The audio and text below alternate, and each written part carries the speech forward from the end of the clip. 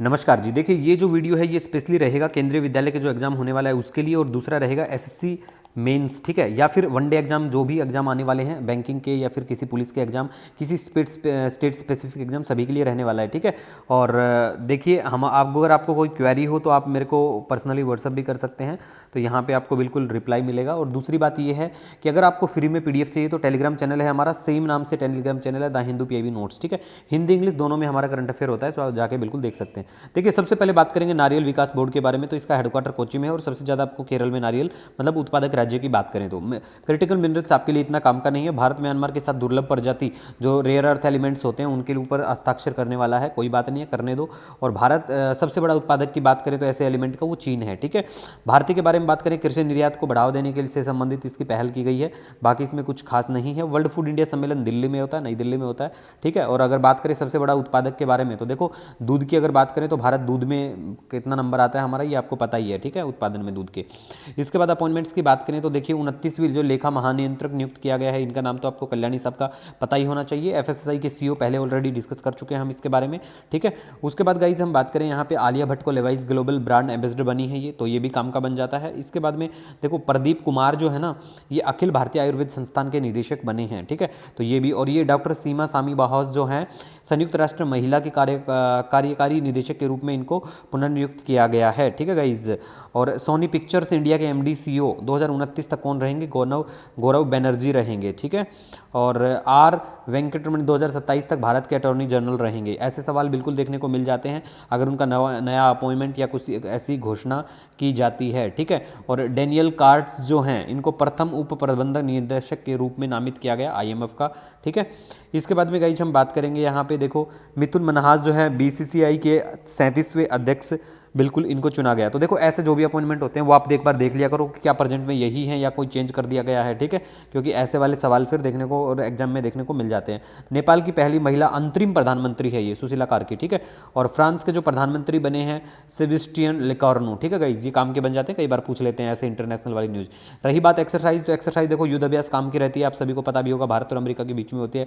Bright star के बारे में बात करें, बहुपक्षीय है तो नॉट सो मच इंपॉर्टेंट, युद्ध अभ्यास का आपको पता ही है ऑलरेडी, ठीक है। और ऐसी कुछ एक्सरसाइज हैं जो हम लोग इनके साथ में करते हैं अमेरिका के साथ में, जैसे वज्र प्रहार हो गया, साल्वेक्स हो गया, कॉप इंडिया, मालाबार, ठीक है। उसके बाद में गाइज मैत्री के बारे में बात करें, not so much important, just Thailand के साथ है, इसको पूछा तो जाता नहीं है। इंपॉर्टेंट डेज के बारे में गाइज हम बात करें तो इसमें देखो, साक्षरता दिवस आपको पता होना चाहिए, शिक्षक दिवस तो पता ही होगा, 5 सितंबर को मनाया जाता है, ठीक है। और पोषण, जो राष्ट्रीय पोषण सप्ताह 1 सितंबर से 7 के बीच में जैसे है ना, लेकिन यहाँ पे जो सबसे इंपॉर्टेंट है वो है ओजोन दिवस। 16 सितंबर को ओजोन मनाया जाता है, 25 सितंबर को अंत्योदय दिवस मनाया जाता है, ठीक है। तो ऐसी वाली जो न्यूज़ है वो बिल्कुल आपको पता होना चाहिए। इसके बाद में गाइस हम यहाँ पे बात करेंगे आर्ट कल्चर के बारे में बात करें तो देखो, ये वाली न्यूज़ इतनी काम की नहीं है। मोरेन समुदाय नॉट सो मच इंपॉर्टेंट, आपसे नहीं पूछेंगे। आदिवाणी के बारे में भी नहीं पूछेंगे, हम पहले बात कर चुके हैं, ये भी इतना काम का आपका बिल्कुल भी नहीं है। डिफेंस की न्यूज़ के बारे में बात करें तो देखो, डिफेंस में ये भी आपसे एंड्रॉथ भी नहीं पूछेंगे, आईएनएस अरावली को गुरुग्राम में कमीशन किया गया है, ठीक है, तो ये भी इतना काम का नहीं है आपके, ठीक है। और स्पोर्ट्स पर्सनालिटी के बारे में बात करें तो देखो, ऑस्कर पियास्ट्री ने 2025 डच ग्रांड प्रिक्स जीता है, ये भी आपके काम का नहीं है, ठीक है। और जैसे कि भारत ने एशिया हॉकी कप 2025 में दक्षिण कोरिया को हराकर चौथा खिताब जीत लिया है, ठीक है, ये काम का है। ये कहाँ पे होता है प्रतियोगिता और कौन सी क्या है, भारत ने पहले कब जीता है, तो ये आपको पता होना चाहिए, ठीक है। और ये ऑलरेडी हम बात कर चुके हैं, कार्लोस अल्काराज के बारे में, जेनिक सिनर को इन्होंने हराया था और छठा ग्रैंड स्लैम खिताब जीत लिया था। भारत 28वीं एशियाई टेबल टेनिस टीम चैंपियनशिप की मेज़बानी करने वाला अक्टूबर में, ठीक है, भुवनेश्वर में। और उसके बाद में हम तीरंदाजी के बारे में बात करेंगे। भारत ने 2025 विश्व चैंपियनशिप में पुरुषों की कंपाउंड टीम स्पर्धा में पहला स्वर्ण पदक हासिल कर लिया है, ठीक है। सारे गेम काम के नहीं होते हैं, लेकिन कुछ कुछ गेम जो होते हैं वो पेपर में देखने को मिल जाते हैं, जैसे कि मुजफ्फरनगर की मरियम फातिमा बिहार की पहली महिला, ठीक है, फाइड मास्टर बनी है ये, ठीक है, मुजफ्फरपुर की मरियम फातिमा है, शतरंज खिलाड़ी हैं, ठीक है। तो ऐसे करके आप याद रख लेना, ठीक है। एक मुजफ्फरनगर भी है और मुजफ्फरपुर, इसमें कंफ्यूज नहीं होना है। उत्तराखंड के हल्द्वानी में एशियाई कैडेट कप 2025 का आयोजन होता है, ठीक है। और स्मृति मंधाना ने वनडे में सबसे तेज भारतीय शतक का विराट कोहली का रिकॉर्ड तोड़ दिया है, ठीक है। और उसके बाद बात करेंगे अहमदाबाद 11वीं एशियाई एक्वेटिक्स चैंपियनशिप 2025 की मेज़बानी, बिल्कुल और भारतीय क्रिकेट टीम ने 2025 में पाकिस्तान को हराकर अपना नोवा एशिया कप खिताब जीत लिया है और ये दुबई में हो रहा था गेम, ठीक है। मिसलिनियस की बात करें तो मिसलिनियस में देखो ये वाली न्यूज़ बिल्कुल काम की नहीं है। वैश्विक स्थिरता शिखर सम्मेलन नई दिल्ली में हुआ, ठीक है। और अखिल भारतीय वाणिज्य एवं अनुसंधान संस्थान जो है मैसूरू में है। राष्ट्रीय समुद्री विरासत परिषद लोथल गुजरात में ये परिषद है, बिल्कुल। शिक्षक दिवस के बारे में ऑलरेडी बात कर चुके हैं। और इंश्योरेंस फॉर ऑल, ये सरकार ने कहा है 2047 तक सभी का इंश्योरेंस हो जाए, ये इतनी इंपॉर्टेंट नहीं है। NIRF भारत रैंकिंग 2025 आती है, ठीक है। तो इसमें IIT मद्रास दोबारा लगातार 7वें वर्ष समग्र श्रेणी में प्रथम स्थान बिल्कुल इनको मिलता है। और उसके बाद सेमिकॉन इंडिया 2025 देश का सबसे बड़ा सेमीकंडक्टर सम्मेलन द्वारका नई दिल्ली में आयोजित किया गया। सेमिकॉन इंडिया 2025, ठीक है। कब कब हुआ है ये भी हमने यहाँ पे मेंशन कर दिए हैं और जो सबमिट हुई है, ठीक है। भारत की पहली बंदरगाह आधारित हरित हाइड्रोजन पायलट परियोजना, ठीक है। और ये भी इतना काम का नहीं है। ज्ञान भारतम मिशन जो है ये भी आपके लिए इतना काम का नहीं है। और समुद्री प्रदक्षिणा था विश्व का पहला तीनों सेनाओं महिलाओं का नौकायान अभियान है ये। और बिहार की पूर्णिया में सेक्स सॉर्टेड सीमन सुविधा का उद्घाटन कर दिया गया। तो बिहार के बच्चों के लिए ये क्वेश्चन ज़्यादा इंपॉर्टेंट रहेगा, ठीक है। और ये भी इतना इंपॉर्टेंट नहीं है यहाँ पे। बस इतना याद रख लो कि जैसे पोषण जो सप्ताह की शुरुआत होती है, पोषण माह जो होते हैं उनको कौन सा मंत्रालय टैकल करता है, हैंडल करता है, ठीक है। उसके बाद में गाइज नेक्स्ट जो क्वेश्चन है ये भी इतना इंपॉर्टेंट नहीं है, पहले ऑलरेडी डिस्कस कर चुके हैं। और दूसरा देखो ये देखो 2 सितंबर 2025 को अनावरण किया है भारत में जो सेमीकंडक्टर चिप्स का, लेकिन इतना काम का ये नहीं है, ठीक है। क्योंकि पहले ऑलरेडी डिस्कस भी हो चुका है और इतना न्यूज़ में भी नहीं बना रहा था, ठीक है। ये भी कोई नई योजना तो है नहीं, ठीक है। और भारत में पहली बंदरगाह आधारित ग्रीन हाइड्रोजन पायलट परियोजना तीतुकोरिन तमिलनाडु के में, ठीक है। तो ये याद रख लो। IIM अहमदाबाद अपना पहला विदेशी परिसर दुबई में खोल रहा है, ये काम की न्यूज़ है आपके लिए, बिल्कुल पता होना चाहिए आपको ये वाली न्यूज़। उसके बाद में एमनेस्टी जो स्कीम है, देखो एक बार की विवाद समाधान पहल है जिसका उद्देश्य अदालती मामलों में लंबित मामलों को कम करना है, ठीक है। अदालतों में जो मामले हैं, एमनेस्टी स्कीम का मेन उद्देश्य ये है।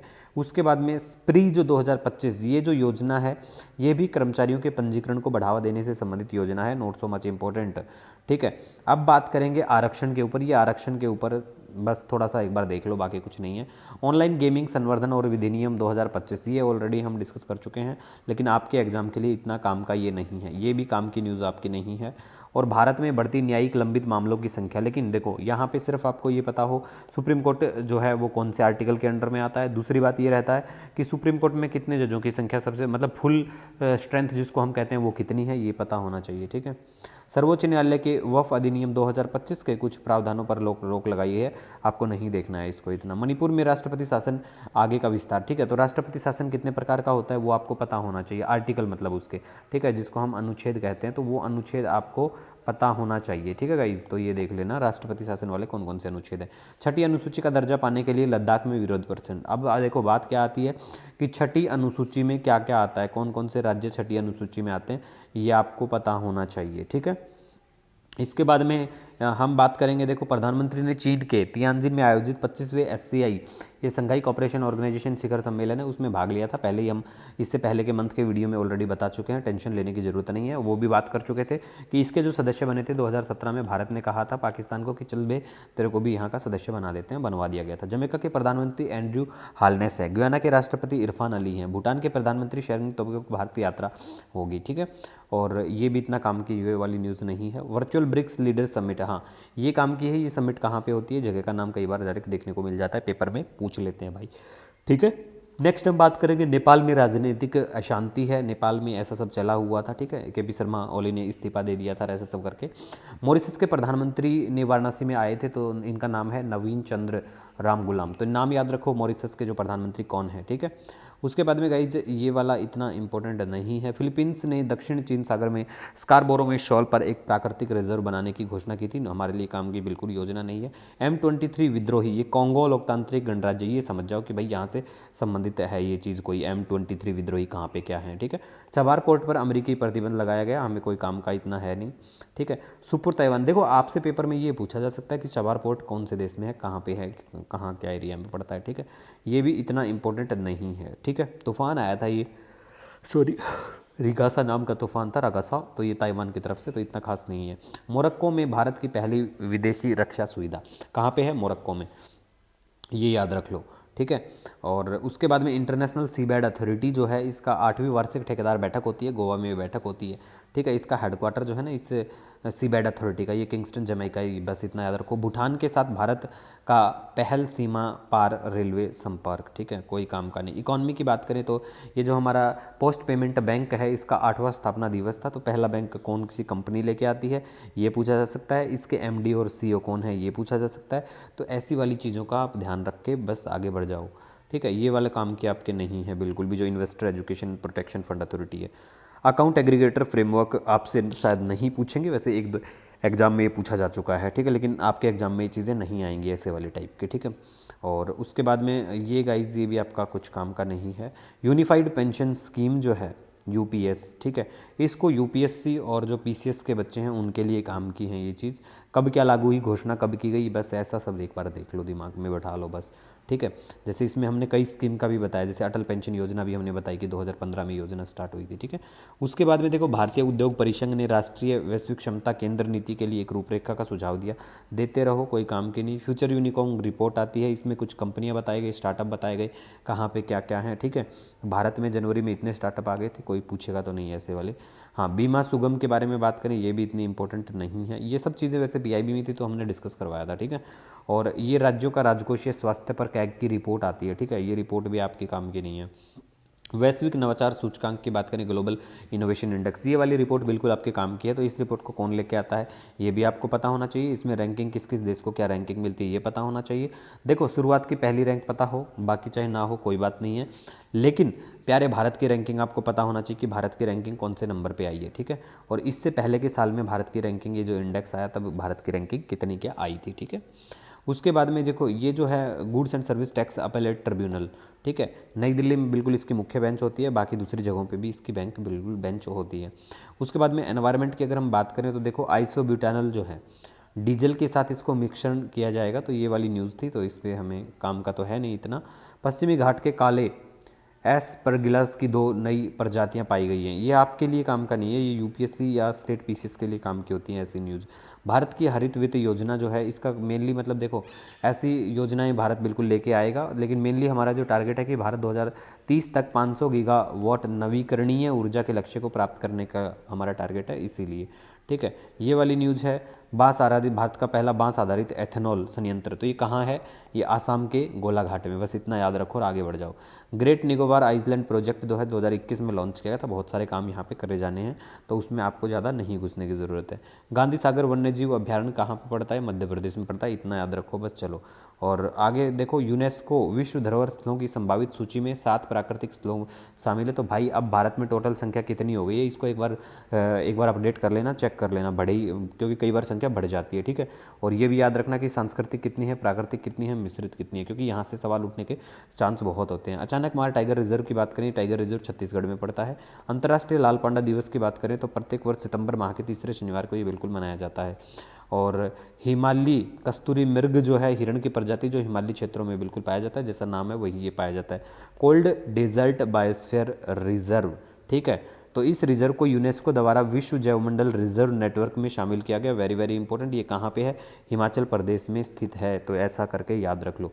बाकी कोई सजेशन सुझाव हो कमेंट सेक्शन में मेरे को बता देना। Wish you all the best, जय हिंद।